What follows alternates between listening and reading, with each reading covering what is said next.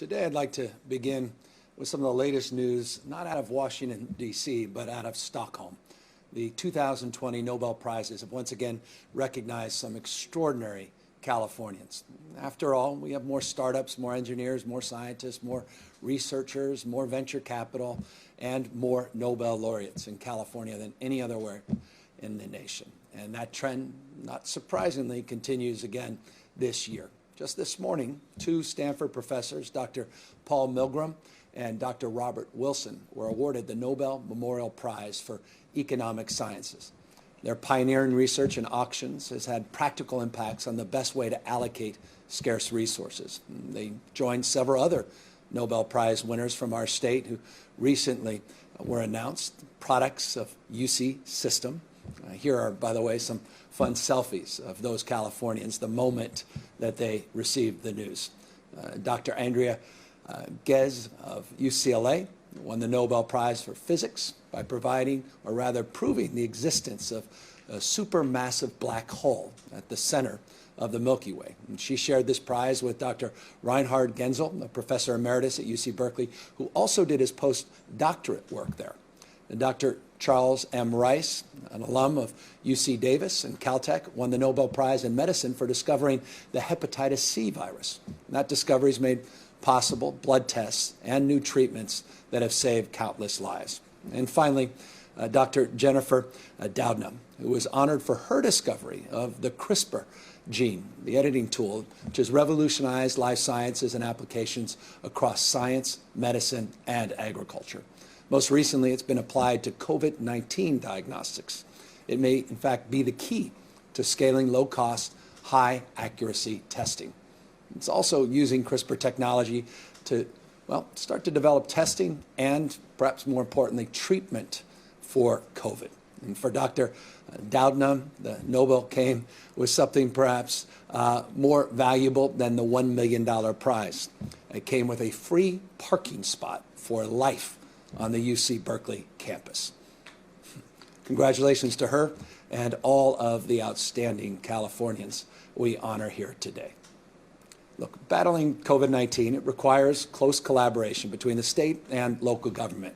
And throughout our fight against COVID-19, the state has worked closely with local governments to slow the spread, fill the gaps, and let locals lead in their communities. Together, we've made important progress in helping to stop the spread of the virus by building a contact tracing army and expanding and speeding up testing. Today, I wanted to update you on some of those efforts. Notably, the efforts to increase testing, which now we're averaging over 125,000 daily tests.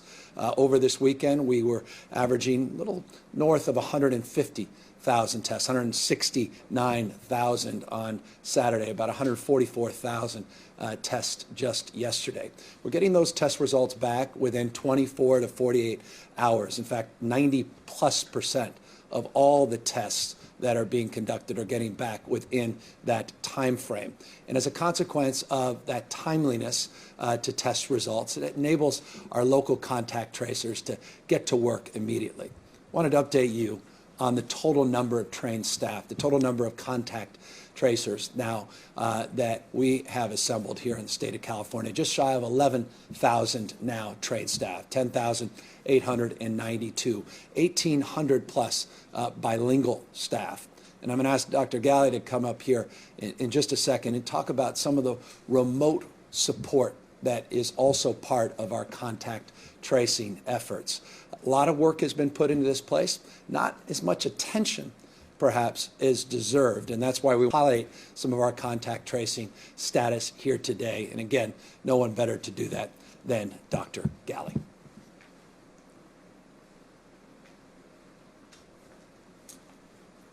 Thank you, Governor. And yes, it's good to be with you to talk about our developments on contact tracing and really where the governor started that testing piece that starts us with case identification, finding out who's positive, and then we go into the disease investigation part of the endeavor and identifying close contacts of people who are positive so we can then provide the support and reminders to isolate appropriately so we can actually cut down transmission from each case.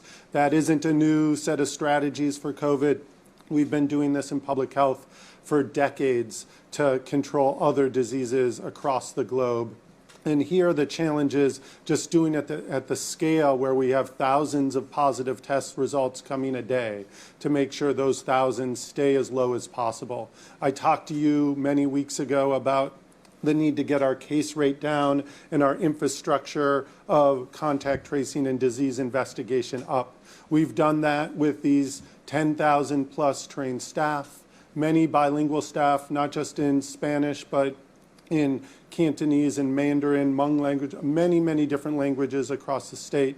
And then the ability to use something we've all become familiar with in COVID, which is remote interactions. Many of you do Zoom meetings or Zoom encounters and meet friends remotely now via your iPhone and other phones. We also have employed those same technologies, providing disease investigation support with epidemiologists that might be in one county supporting another county hundreds of miles away because they can do that remotely. Also adding a virtual agent function to our CalConnect. That's the program that the governor really pushed us to create statewide to organize all of the case information and the contact tracing work. Now there is a function that allows us to do an initial survey of individuals who tested positive or who may have been exposed so that health departments can begin to prioritize those with the most concerning exposures. So all of that together with the staff are really building up this infrastructure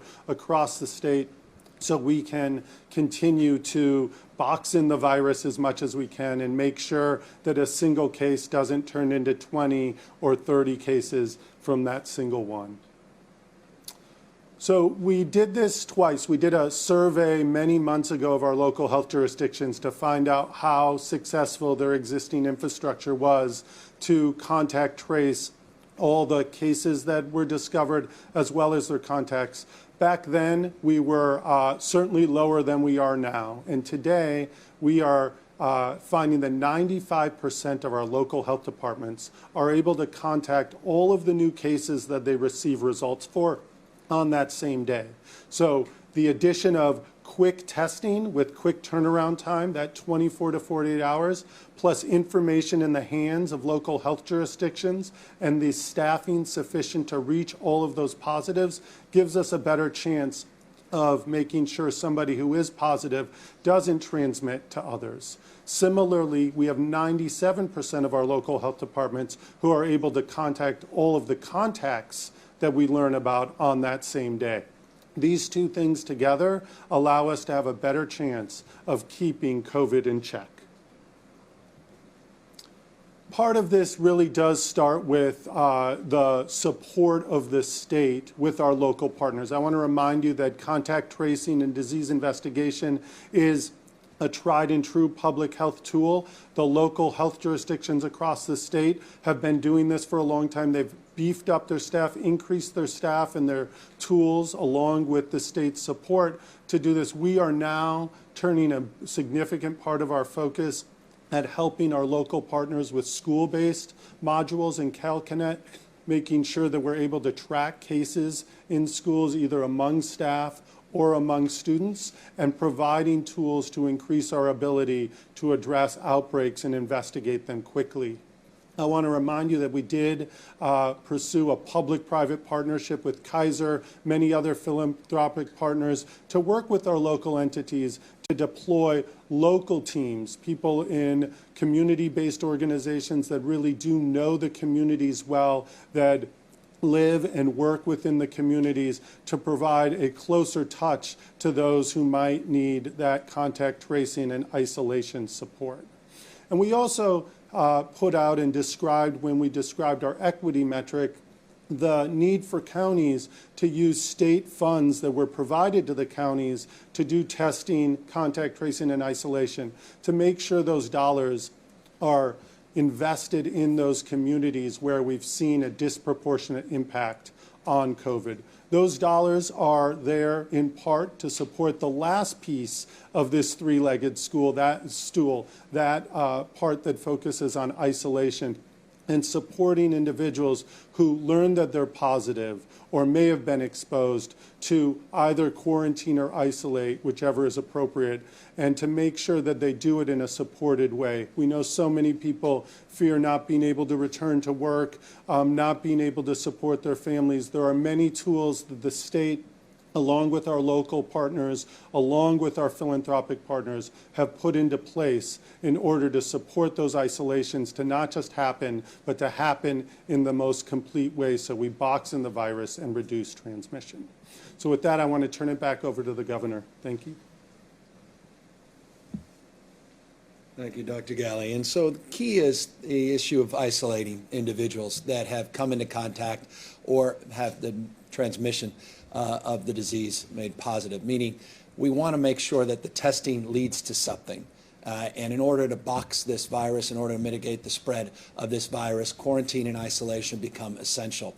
And I just want to remind people some of the work that's been done in the state of California, the resources that we've made available to help support isolation. One of them, Dr. Galley alluded to, is these job-protected paid sick leave that we've now provided to California's workers, which is foundational in the endeavor of isolating and quarantine individuals. We've also targeted very specifically our farm workers and our agricultural workers all up and down the state of California, a program called Housing for Harvest. We had highlighted it on multiple occasions in the past in these updates, a program that now is operational, and we hope to do more and better still to expand the scale and scope of that effort. Project Room Key, which we've highlighted on a consistent basis, is foundational in terms of isolating individuals that are high risk of COVID-19, particularly those out on the streets and sidewalks, in congregate facilities and shelters all throughout the state of California. And of course, the federal government, no substitute for the support we get from the federal government. $150 million of federal support is provided, not just to the state, but also supporting those county efforts. In addition to those county efforts and federal dollars, it's that leverage of philanthropic support. Reference a moment ago what Kaiser has provided, other philanthropic supports, but some $83 million in philanthropic funds have been generated and recognizably, deservingly need to be highlighted in the effort to, again, support our isolations and quarantine efforts. So that's just a brief update on some of the contact tracing work, some of the isolation, quarantine work, the testing we continue to make progress. We will very shortly, in the next couple of weeks, we will be announcing an update on our partnership with PerkinElmer and the efforts to more than double the capacity of testing here in the state of California. Real progress is being made in that space, and we look forward to making that announcement very, very shortly. We are not going to slip backwards on testing. We are going to forge forward and be much more aggressive. We're not ashamed of testing people. We're not ashamed of identifying individuals that have been tested positive. But we must make that meaningful. Testing for testing's sake is not in and of itself significant, save the patient that can learn about their own health and health risk. From a community spread and a transmission perspective, we need to make sure we go further than that. And that's the contact tracing, that's the education, Know Your Rights campaign, among many other efforts that we've advanced through PSAs that will allow people the support so they can isolate, they can quarantine, not only taking care of themselves, but their own recovery, but mitigating the spread to people they love, and more broadly, the community spread. And so all of those efforts are being accelerated, all those efforts are being reinforced, and again, news very shortly on the very exciting and significant increase in lower cost, much more timely testing that we have advanced in this historic partnership here in the state of California. Let's talk about our case rates here in the state. The new number we announced today, 3,449 cases. This is from October 11th, yesterday. tracks slightly higher than our 7-day average of 3,321 cases. You can see the positivity rate based on the 127,000 average daily tests over the last 7 days. It's dropped to 2.6%. That's a 14-day positivity rate. The 7-day positivity rate is consistent with the 14-day positivity rate, 2.6% here in our state. Hospitalizations have decreased 8% over a 2-week period, and we're seeing a decrease in ICU admissions, a little bit more substantial, 13% over 14 days. You may recall we're seeing a bit of a plateauing, or at least a slowdown in the rate of decrease. You've seen 20+% rates of decrease in hospitalizations and ICUs over the course of many weeks. It's slowing down modestly. Again, these are just areas of caution, sober reminder of how stubborn this disease is and how prevalent and widespread this disease still remains here in the state of California. Always a reminder of the imperative and importance we place upon practicing the physical distancing, social distancing, and the critical work that you can do by wearing these face masks. Accordingly, we have made progress on our tiered status. Now 42 counties of the 58 have moved out of that lower tier, the most restrictive tier, the purple tier. 24 counties you see in the red, 11 in orange, yellow counties in the northern part of the state, primarily, though some in the central part of the state represent 7 of our 58 counties. This county update, the tiered status update, is made every Tuesday. Tomorrow, Dr. Galley will be updating these numbers. Progress, I want always to lean in, but they're always adjusting those numbers from the weekend, and so I have to be careful. But we will make progress. A number of counties now moving into new tiers, but again, stubborn, this virus, some counties teetering, and so that will be made public tomorrow. Some of the latest information, again, being put together later this afternoon, updated every Tuesday at Dr. Galley's presentation. But county tiered status, nonetheless, moving in the right direction broadly for the overwhelming majority, now 42 counties out of that purple status into these other tiered status. Speaking of status, I wanted to update you briefly on the wildfire season, which continues. This is around the peak of what we have experienced the last few years, at least, of the wildfire season.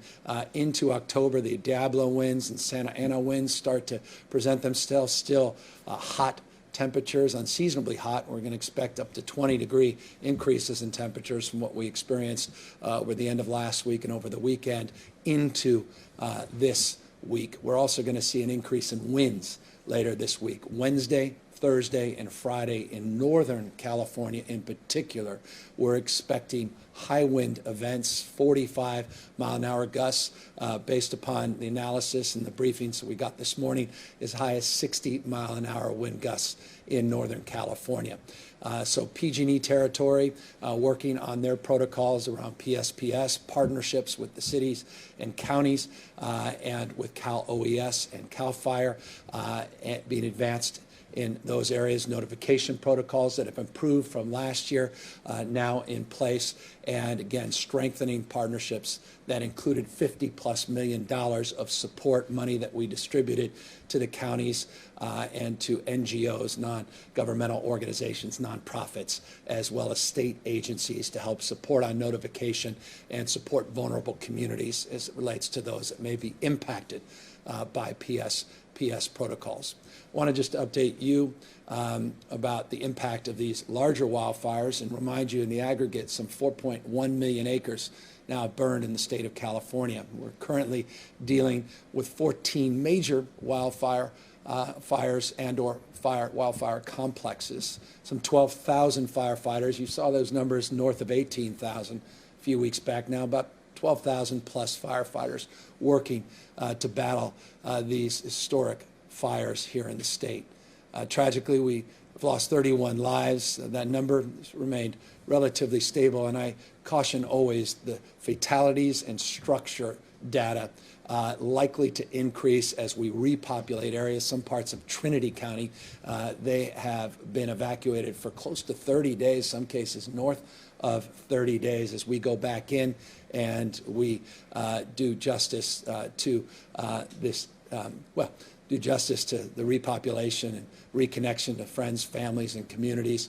We're likely to see higher structures damaged and destroyed, and obviously concerned always about lives lost. The glass fire we talked a lot about last week around Napa Lake and Sonoma counties. Last week, 30% contained. Stubborn fire up in the wine country, some 65,000 acres impacted. Today it's at 95% contained. Real progress over the last week and notably over the last weekend, and couldn't come too soon, particularly with the higher winds in and around that area coming into that part of the state, again, Wednesday, Thursday, and Friday. Additionally, real progress, in fact, not just real progress, substantial progress on the Zog fire, now 99% contained. I'm told within a few hours later this afternoon, they will officially put out 100% containment figure on the Zog fire. Two large complexes. Just want to give you a brief progress report on two of the larger active wildfires in the state. Again, the largest in California's history. The August fire, over 1 million acres, 54% contained last week. Now it's 75% containment. It's the northern part of the August complex. U.S. Forest Service battling hard. That's the most stubborn. And while there is some concern around wind conditions that could impact the northern part as it relates to containment, we've been anticipating that. And the Weather Service, again, working collaboratively with the state, pre-positioning assets and really building the conditions to hold the line on the northern part so we can hold this 1+ million acre fire in not only containment, but hold the line so we don't see substantial increase in the total amount of acreage burned.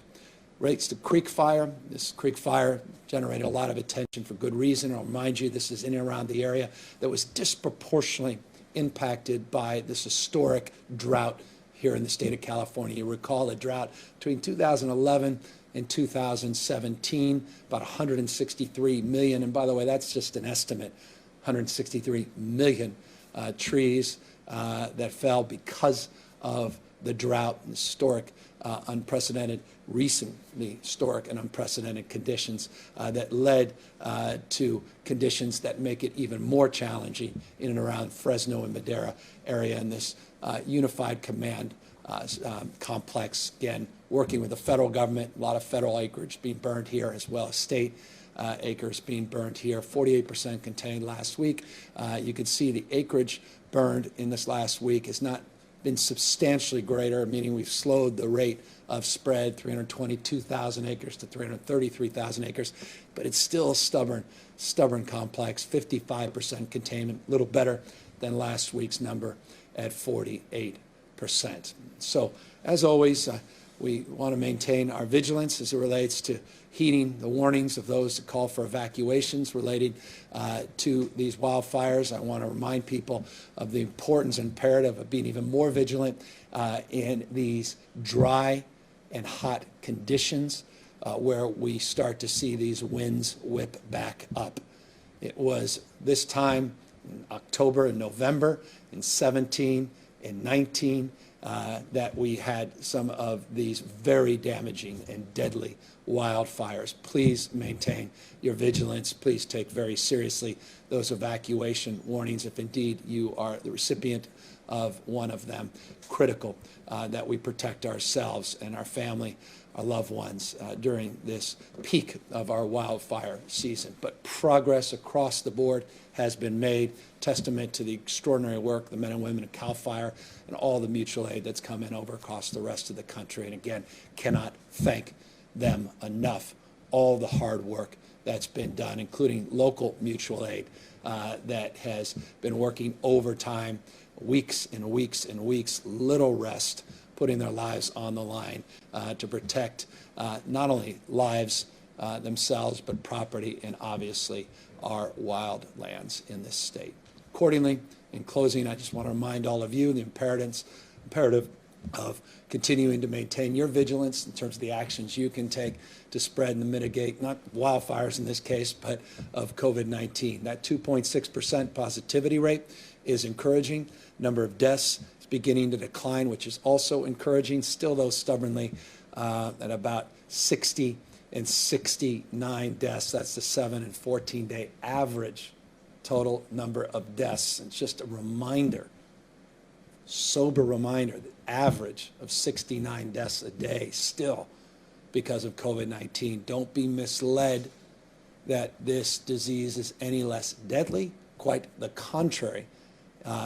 It's as much more deadly than it's ever been in the context of those that are high risk. And despite so much of the improvements we've seen in therapeutics and how we've managed the disease, again, people are still losing their lives. What you can do, as always, is practice that physical distancing, that social distancing, wear those masks, wash your hands. It's flu season.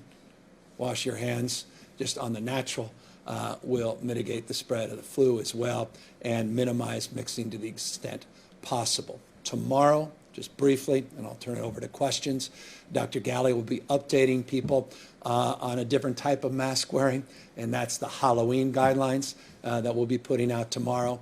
Dr. Galley will also be updating on some other guidelines, including the guidelines we put out on Friday related to minimizing mixing and cohorting friends, family, or outside of your household.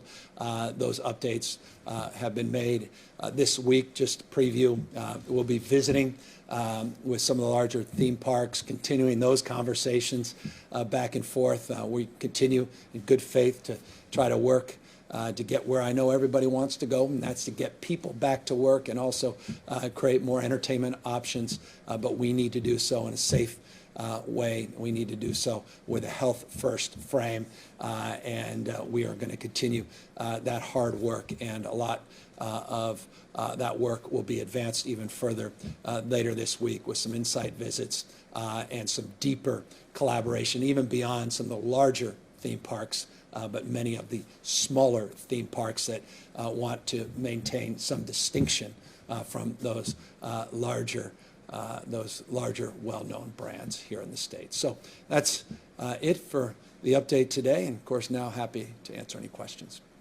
Patrick Healy, NBC4.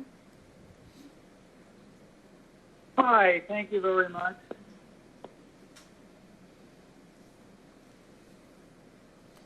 Patrick, an outstanding question. Perhaps we'll get you back on and figure out what the technical difficulty. There you are. I'm here now. I'm sorry. Wanted to ask you a couple of things, if I may. Number one, we understand from plaintiffs in some litigation that want to try to get some tattoo studios reopened in purple tier counties, that they have been informed that they're going to issue guidelines that will enable the purple tier studios to reopen. Yeah, Patrick, and forgive me, we'll see if we can pull you back, but I want to just bring up Dr. Galley. I believe you referenced something about tattoo parlors and guidance, and so forgive me, you were breaking up, but Dr. Galley was getting out of his seat, so that may be encouraging, that he may know a little bit more. Perhaps he may have heard you a little better than I did. Dr. Galley?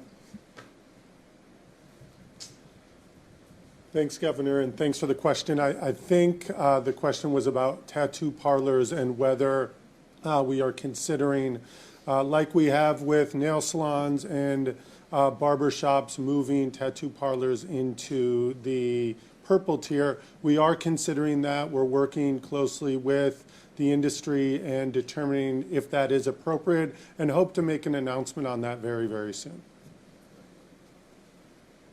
Thank you. Thank you, Dr. Galley. Next question. Don Thompson, AP.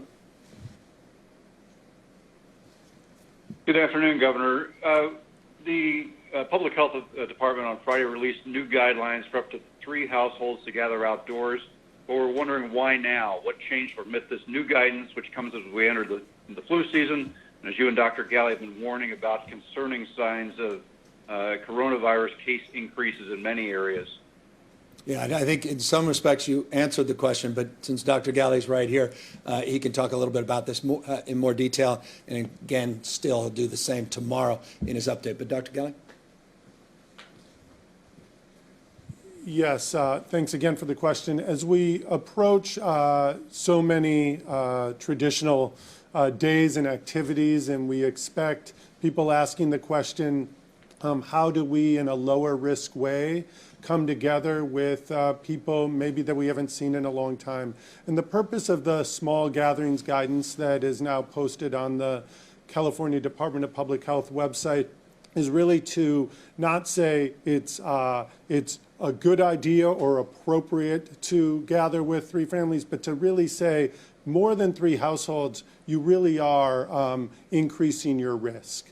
And so we tried to put together a set of guidance that allows people to have what we in public health talk about, a harm reduction framework, really reducing risk and minimizing the chance of the spread of the disease. So we did put that out as a way to tee up future guidance around how to minimize our risk in some activities we know many Californians are considering, the first of which is coming up with Halloween. Then we have things with Election Day and the traditions of coming together around that. And then Thanksgiving, and then the other traditional winter holidays. So all of that is coming out now to support our endeavors and to support local partners, local health jurisdictions, putting out similar guidance for those events. So you'll be getting more and more, or should anticipate more and more updates to existing guidance as well as new guidance. And I just want to remind people, and this may also be a subtext of a way of answering your question, guidance doesn't mean go. In the past, we have seen when we put out guidance and we make it clear that the pace and the protocols related to seeing that guidance applied, that does not mean people should just now rush back to their original form as it relates to kinds of activities we've seen in the past, even modified activities. We want to caution against that. But we are entering in to the holidays, but also we're entering into part of the year where things cool down and people are more likely to congregate back indoors and in settings that put put their physical proximity and likelihood of transmitting disease at higher risk. And that's why you'll again be seeing more in this space over the coming days and weeks. Alex Michelson, Fox 11. Thank you, Governor. 2 quick questions. One, is there a safe way to do any sort of Lakers championship parade? And thank you for giving us a shout out last night on Twitter. And 2, this isn't all happening in a vacuum, and I'm wondering what you're learning from other states. Say Disney World is open. Are they having a big outbreak in Florida? What does that teach us about what's happening potentially here in California?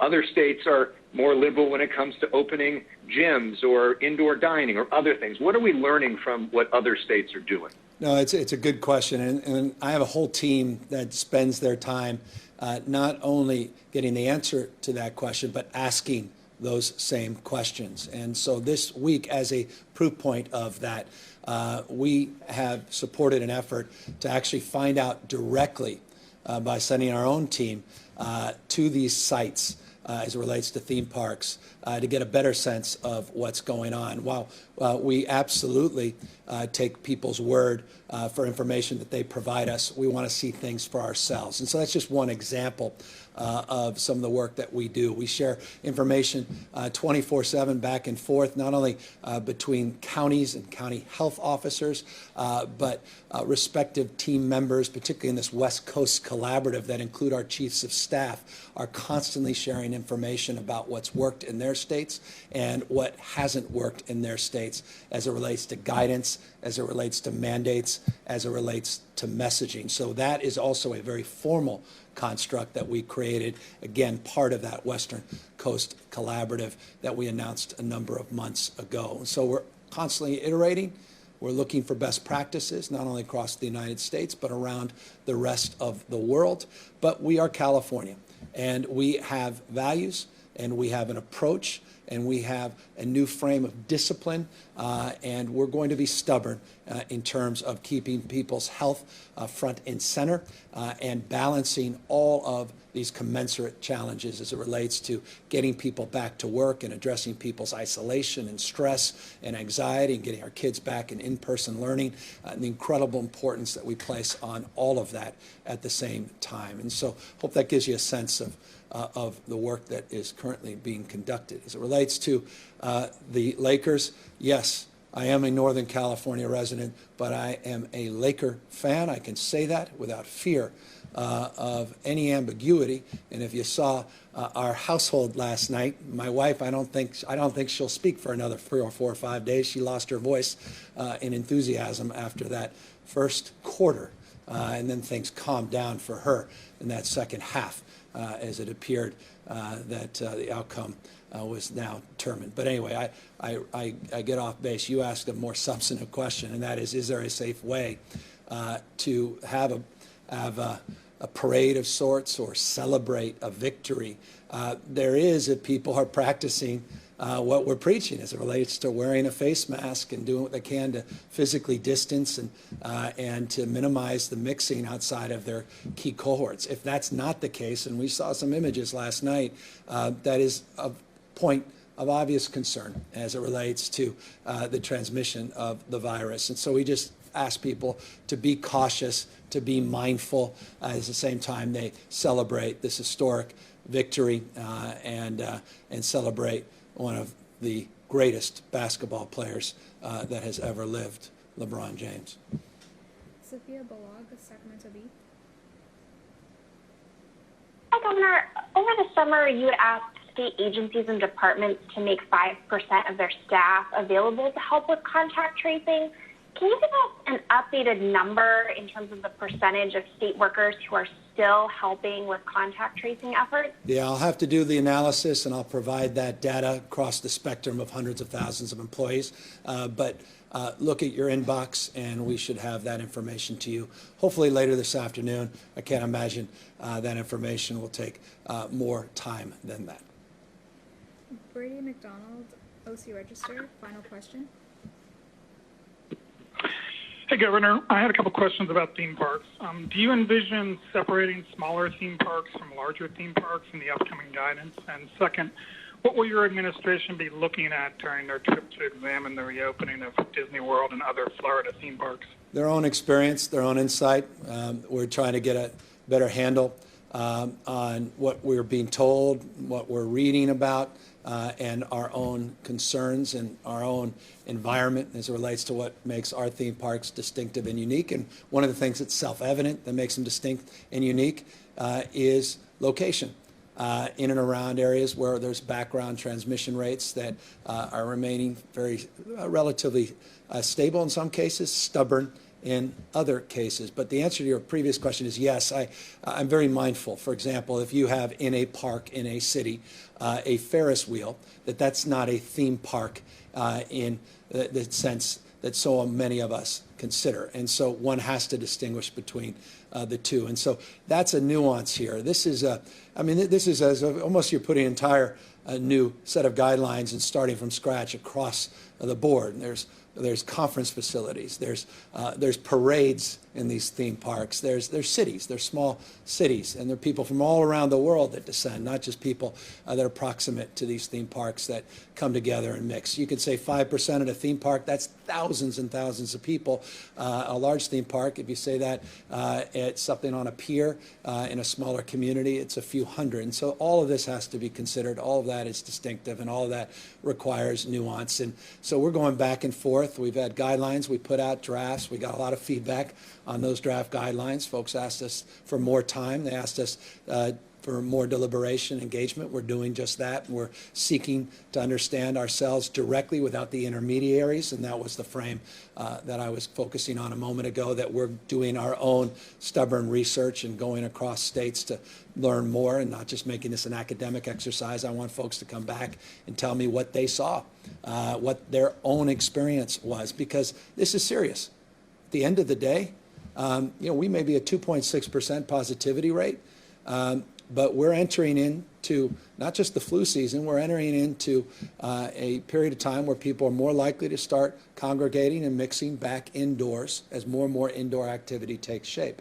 I am very mindful of the economy, very mindful of the importance and imperative we as parents place on getting our kids back in school. I want to see more businesses reopen, and I want to see more kids back in school, but safely. And the way to avoid a setback is creating conditions where we're encouraging a massive amount of mixing and encouraging a condition and environment where you're more likely, not less likely, to come into contact with someone who may have been exposed to this virus or maybe asymptomatic and is positive with this virus. And so I am very, very sober about the responsibility and the expectation that is placed upon this administration and administrations across this state to keep people safe, at the same time balance the economic imperative of reopening with modifications, but mindful of trend lines you're seeing across the country, for that matter around the world, from Germany to UK to other parts of the globe that have had setbacks as they enter into the winter months. And I want to make sure we get this right. And so forgive the long-windedness of the answer.